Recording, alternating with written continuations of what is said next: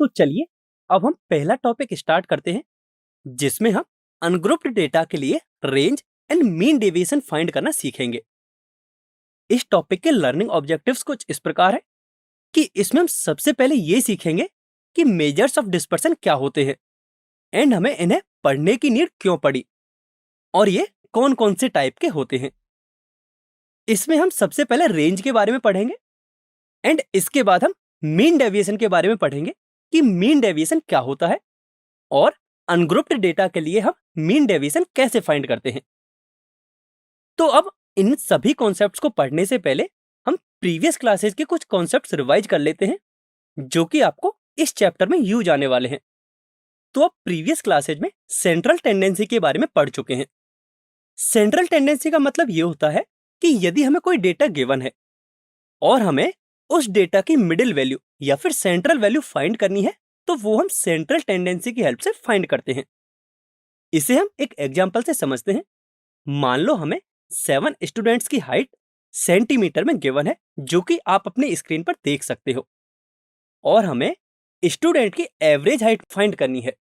तो हम कैसे करते हैं? तो हम एवरेज इस तरह से फाइंड करते हैं कि sum of observation upon number of observations. जब हम इसे सॉल्व करेंगे तो हमें एवरेज हाइट मिलेगी 160 सेंटीमीटर। तो ये तो हुई एवरेज की बात।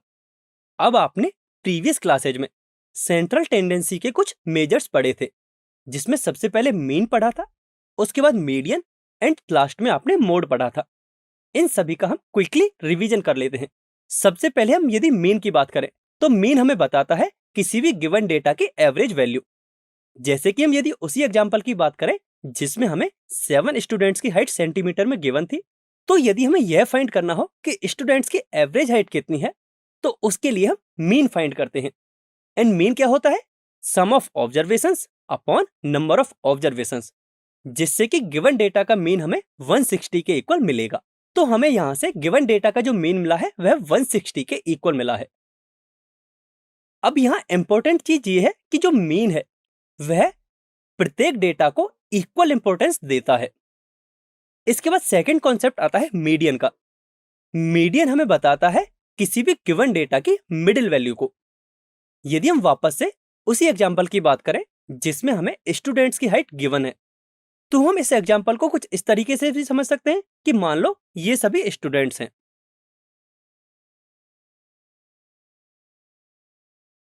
एंड इनकी हाइट सेंटीमीटर में हमें कुछ इस तरह से दी गई है, और हमें यह फाइंड करना है कि जो मिडिल बॉय है या मिडिल स्टूडेंट है उसकी हाइट कितनी है।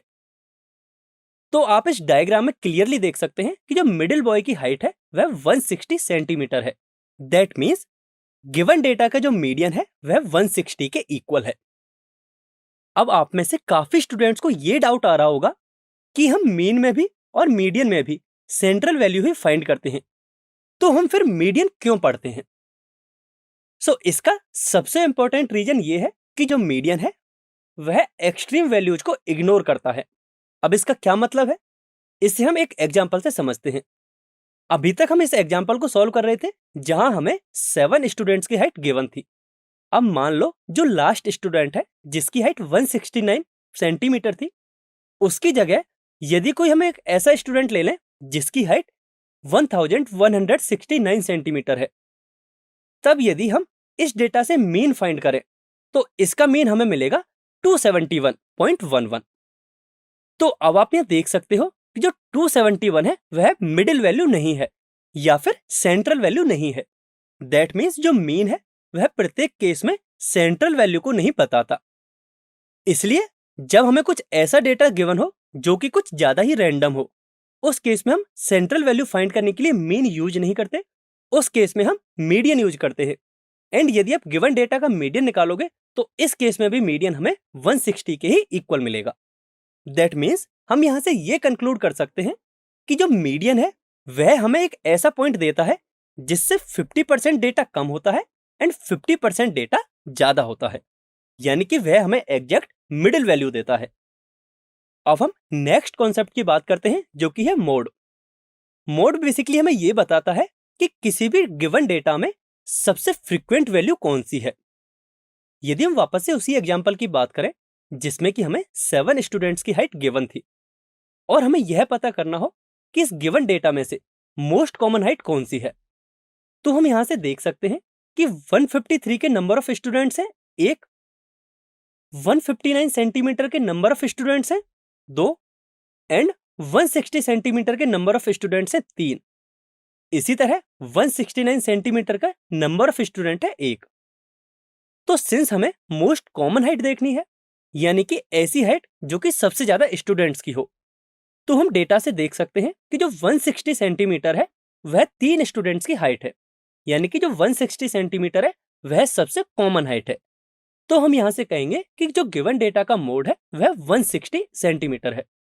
आई होप आपको मेन, मीडियन एंड मोड का कंसेप्ट अच्छी तरह से समझ में आ गया होगा। अब आगे हम इन सभी कॉन्सेप्ट्स को डायरेक्टली यूज करेंगे।